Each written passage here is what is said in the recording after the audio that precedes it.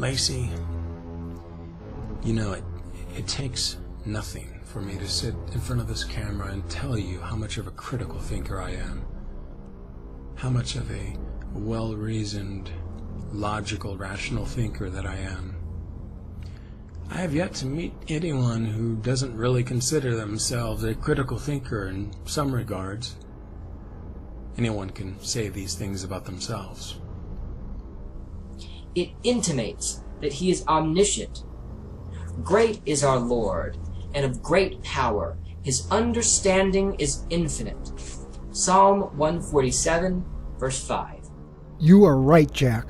Almost everyone considers themselves a critical thinker. But some religious people also believe they have cognitive tools that are better than critical thinking, like revelations from God. And it is usually those people that I think are most likely to fail at real critical thinking, because the alternatives to rational thought and critical thinking are bogus and have not been demonstrated. I want to emphasize the principle of swinging from the intellect straight to the conscience. It's so important to know that by doing this, you're not sidestepping the questions of the atheist, but you have to learn that it's not wise to stay in the intellect and wrestle with someone intellectually, because it's going to take you down a rabbit trail and waste all your time. It doesn't take much for me to sit in front of this camera and to tell you that I don't respect your philosophy, that I don't respect your beliefs or your opinions or your ideologies, and how I don't believe any of those things have contributed to civilization as we know it in any way whatsoever. The teachings of the Bible about man are unique.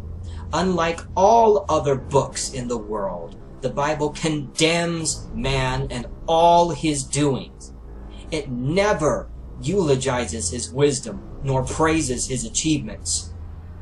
On the contrary, it declares that every man at his best state is altogether vanity. Psalm 39, verse 5.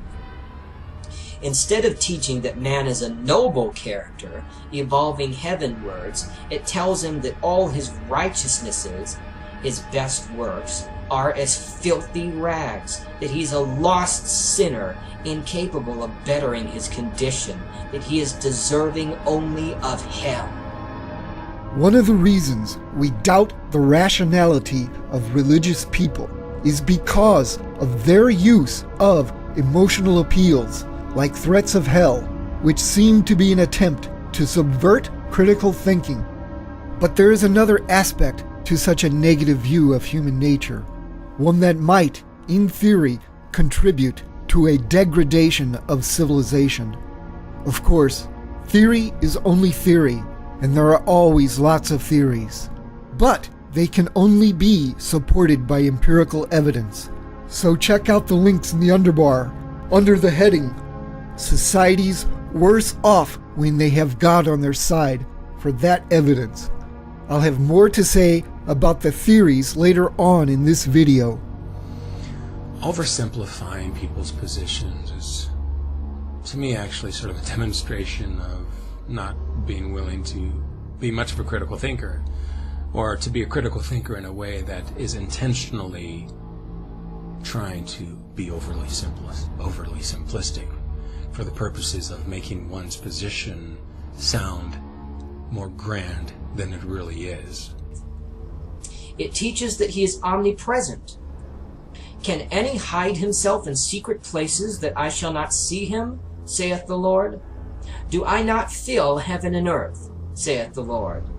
Jeremiah 23:24. And you really do this. You oversimplify the relationship of civilization today as we know it, and its connection with religion, Western civilization, and universities and literature and music, and its clear benefit, the benefit that we have as a civilization because of religion and the value that it placed on literature and the universities and music.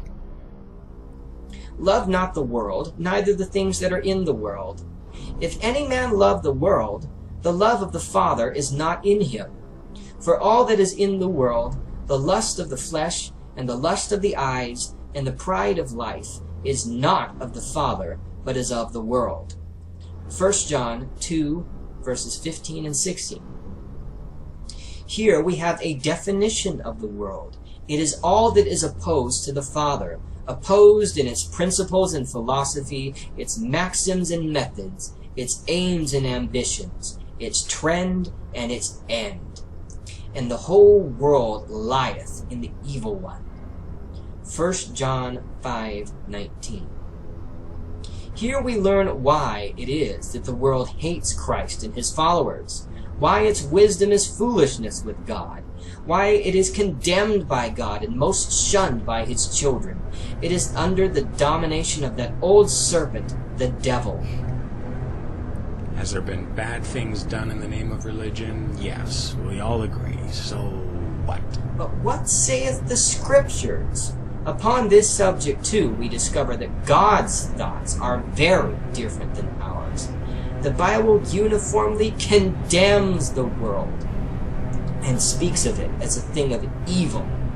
We shall not attempt to quote every passage which does this, but shall merely single out a few specimen scriptures. If the world hates you, ye know that it hated me before it hated you. If ye were of the world would love his own. But because ye are not of the world, but I have chosen you out of the world, therefore the world hateth you. John 15, verses 18 and 19. This passage teaches that the world hates both Christ and his followers. The wisdom of this world is foolishness with God. 1 Corinthians 3:19. Certainly, no uninspired pen wrote these words. Ye adulterers and adulteresses, know ye not that the friendship of the world is enmity with God? Whosoever therefore will be a friend of the world is the enemy of God. The theory is simple. It is not good for a civilization to have a significant portion of its highest-ranking citizens educated to believe that human beings are evil, bound to sin and hell, and that the world itself is your enemy. Nor is it good to add to that a belief in things like witches and demons. I think such things will have predictable and inevitably bad consequences, and those things were a result of a medieval Christian education. Here is an example of the literature produced at the end of the medieval period. The Malleus Maleficarum, or The Hammer of the Witches. You can read it online, link in the underbar. Written in 1486, it instructed authorities on how to identify, interrogate, and convict witches. It is quite insane, pseudoscientific, and dangerous to believe. You can argue about the number of people killed, but you cannot argue that the book did not exist. You might argue that the book was opposed by other Christians, but many Christians still believe in witches and demons, and the Bible supports that belief. Jesus cast out demons, and there is that passage in Exodus 22:18, "Thou shalt not suffer a witch to live."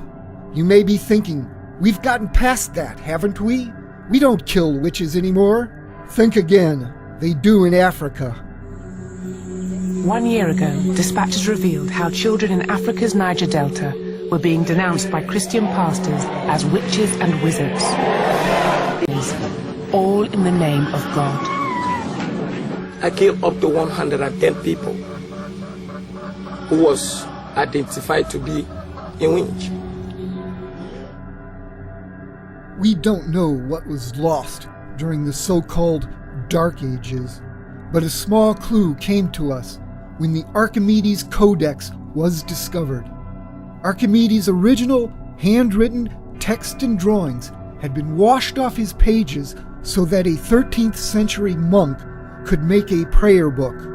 When modern science deciphered the ghostly images underneath the monk's prayers, it showed that Archimedes' thinking was, over 2,000 years ago, in some areas of mathematics, even ahead of Isaac Newton in the 17th century.